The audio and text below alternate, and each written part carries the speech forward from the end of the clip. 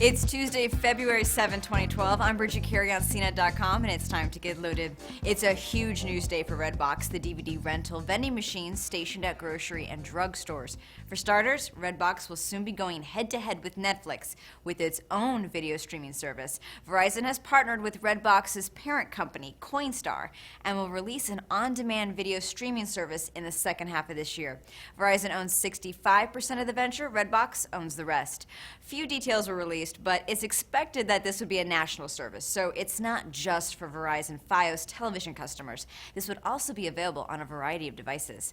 And if that's not enough, Redbox also announced it acquired its biggest competitor, the Blockbuster Express DVD rental kiosks, for $100 million. The Blockbuster rental machines are owned by a company called NCR, which specializes in ATM and self-serve ticket machines, and NCR bought the rights to use the Blockbuster brand name. There are about 10,000 Blockbuster Express DVD kiosks.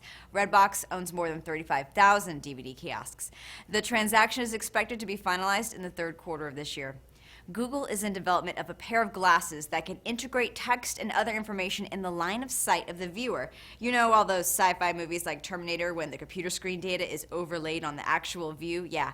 Kind of like that. They're calling it Google Goggles, and it could connect to the internet and GPS and ideally be used for augmented reality that would tie with Google Maps. So you'll be walking around town and seeing info on the stores you're facing or see directions on where to turn. Sources told the website 9to5 Google that it looks like a pair of Oakley Thump sunglasses and would have a front-facing camera. You would tilt your head to scroll and select. Google is also making news in Kansas City, Missouri, and Kansas City in Kansas, where it's starting to lay fiber optic lines in its high-speed 1 gigabit per second internet access project. The project was first announced 2 years ago, but it's been a long process just to survey and measure the land. Now Google is beginning to lay fiber for the backbone of the network that requires thousands of miles of cable. The data speeds would be 100 times faster than what most Americans have today.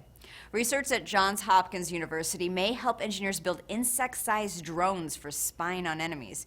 An undergraduate student has set up high-speed, high-resolution cameras to document exactly how butterflies' wings flutter, something that's too hard to study with the naked eye.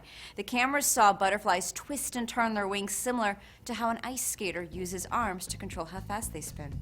Those are your headlines for today. I'm Bridget Carey for CNET.com, and you've just been loaded.